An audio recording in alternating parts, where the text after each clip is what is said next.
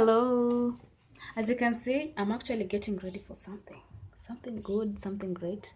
Today is the closing ceremony, so I have to look good. Even though the school is a Christian school, you have to dress up decently. I think I'll cover up myself with a coat, but I hope I'm good. I don't know if I look good to you guys. Do I look good? I think I look good, huh? I love the color of the dress. It's actually complementing my skin. I'm a dark chocolate lady. I'm a dichol. I'm a Luo. So yeah, my skin is just, I feel wonderful in these colors of my skin. First things first. First things first. Really, I love this song. First of all, I love this song so much. It's Michael Jackson's song. That song is one of my favorite songs. I don't. For me, I feel like the song doesn't get old or grow old, or the more I feel like this song is more relevant now than it was back then. I don't know if I can sing it. I wrote some lyrics down here. Okay, let me sing for you. Kidogo. What about sunrise? What about rain? What about all things that you said we were to gain? What about killing fields? Is there a time? What about all things that you said were you wasn't mine? Did you ever stop to notice all the blood we shed before? Did you ever stop to notice this crying out, weeping shore? Ah,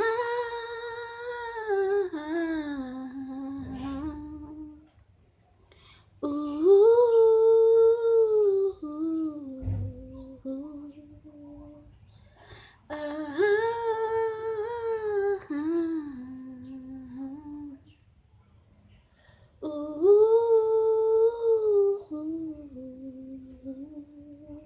yeah, yeah.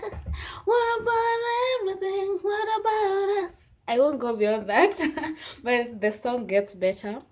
Actually, the song is about the earth, people cutting down the trees, then industrial pollution, um, animals poaching and all that.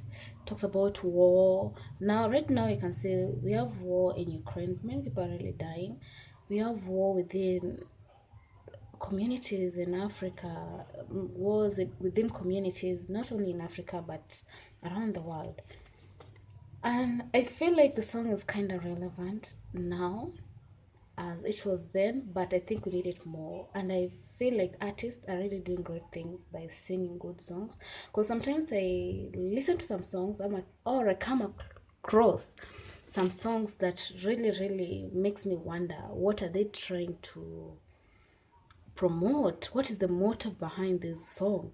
But I won't name the songs that I find kind of promoting this crime and all that. No, I won't. But sometimes I feel like artists can do great things by using their voices to preach something that is really important. And I feel like we need to talk about these things. And kindly, I have to ask you something. I think we need to put a pause on all this destruction of the world. I feel like we're moving so fast. Everybody is caught up in making money, making wealth, and all this. We are moving as speed of a rocket, but we're not realizing the damage we are causing as human beings to the planet Earth. It's kind of raining. I don't know if it rains. It's kind of loud in my house, but I hope you'll hear. There are these three feelings that I want to share with you guys that are really educating, that are really cultivating in one way or another. I hope you'll share with your friends. I hope you'll share with those people who are close with you, your neighbor, your enemy, anybody. It's kind of relevant for us to learn these things. Films makes it much better because social media, these films, there's a way they programmed our activities, there's a way they really influence our life. That is. So number one of the failing is the 13th. It's a documentary. It talks about racism. Um, First of all, I don't know, race is something kind of complex, but sometimes we ask ourselves, where did we go wrong?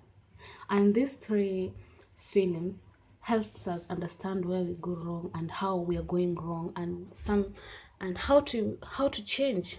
Maybe it's not too late to change. Maybe it's not too late at all. So 13th is one documentary that I came across. It was produced, I think it was released 2016. It's a good documentary that talks about racism and how it got to be whatever it is, because these things are kind of engineered and then they're programmed to us. Racism is something, it's one of the discriminatory acts, because even where I come from, there is some type of discrimination. We have nepotism, we have tribalism. Um, yeah, there is. There is classism also. What I'm trying to say, there is discrimination even within Black community. But for this film, I think it helps us understand how bad something can get out of hand, and it can cost us even more and much in the future. And if you need to change it, it's not difficult to change it, but we need to see one person as a human being, and let us just love and live in harmony. What I came to learn is this: difference are not intended to separate or alienate, but we are different precisely in order to realize our need for one another. In many instances, you'll realize we need each other. We are connected in one way or another. There's a day I was telling my siblings the way even plants feel pain, the way animals feel pain. Like when you cut down one tree, they really feel it. There's this vibration, like we are connected in one way or another. And it's really, really sad when someone says, I don't care, I don't know him, I don't know her, I don't know what. But in real sense, this thing really, really affects you in one way or another. Don't always puuza, according to what we say Swahili. Don't puuza, don't ignore, or don't say that it doesn't bother me because it doesn't affect me. ABCD. Everything affects you in one way or another. For sure, it affects you in one way or another. Not now, but it will affect you in one way or another. That is 13th. It's a documentary about racism, but I don't like talking about things that makes us different, but I believe things that makes us different also, they're the things that can make us strong if we use it well.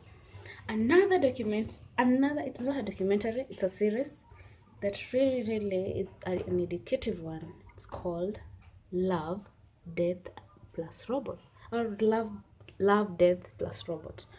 I really love this. I came across it when my brother was watching it, and I was kind of, what is this? This video type is kind of weird, and all that.